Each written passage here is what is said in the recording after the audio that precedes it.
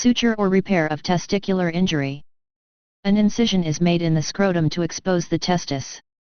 Any devitalized testicular tissue is removed by sharp dissection and the thick tough fibrous tissue encasing the testis is closed by suturing. The scrotum is closed in layers by suturing. Often a rubber drain is placed to prevent the accumulation of fluid and blood in the scrotum.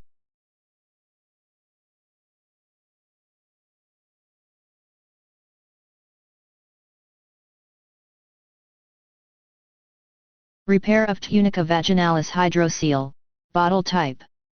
The physician makes an incision in the scrotum or in the inguinal area. The sac is opened high along its front surface and the testis is pushed up through the sac and out through the incision. This inverts the hydrocele sac, which is tacked by suturing to the spermatic cord structures behind the testis. The testis is returned to the scrotum and is anchored to the inside of the scrotum with 3 sutures to prevent later torsion or twisting of the testis. A rubber drain may be left in the scrotum and the incision closed in layers by suturing.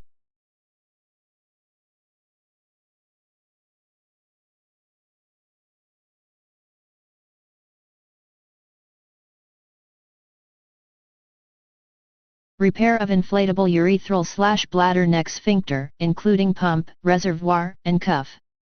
The physician repairs an inability of an inflatable sphincter device to stem incontinence. The rectus muscles are separated bluntly and a space created behind the muscle of one side large enough to gain access to the reservoir of the prosthesis. The physician checks the reservoir for any malfunctions or abnormalities. The physician follows the tubing. This may require a second incision in the rectus sheath.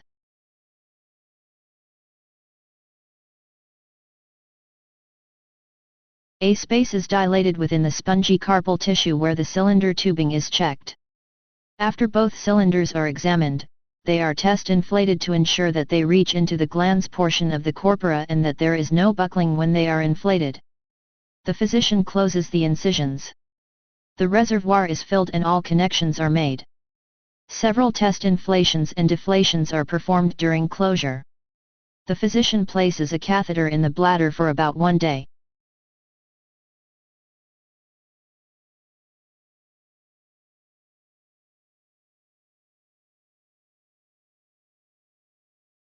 Repair of enterocele, vaginal approach. Repair of enterocele, abdominal approach. Through the vaginal approach, the physician incises and ligates the enterocele sac and approximates the uterosacral ligaments and endopelvic fascia anterior to the rectum. Through the abdominal approach, an incision is made in the lower abdominal wall. A vaginal hysterectomy, anterior, cystocele, and posterior, rectocele, colporrhaphy, and perineorrhaphy may also be performed to augment the support.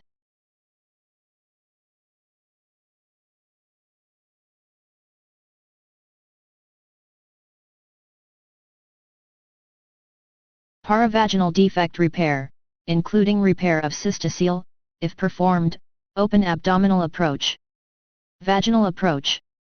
The specific tissue weaknesses are found and repaired and strengthened using tissue transfer techniques and plication suturing. The physician repairs a cystocele. The physician treats stress urinary incontinence and may also correct sagging and bulging, incomplete vaginal prolapse, of the area. These procedures help restore the normal anatomic relationships of the urethra, bladder, and vagina.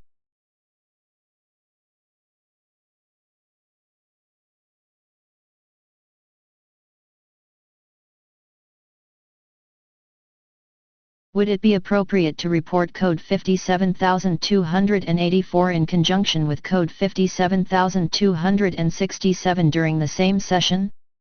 It would be appropriate to report Code 57284 for the paravaginal repair, and the add-on Code 57267, insertion of mesh or other prosthesis for repair of pelvic floor defect, each site, vaginal approach, for the pig dermis graft procedure because the insertion of the mesh is not considered to be an inclusive component to Code 57284.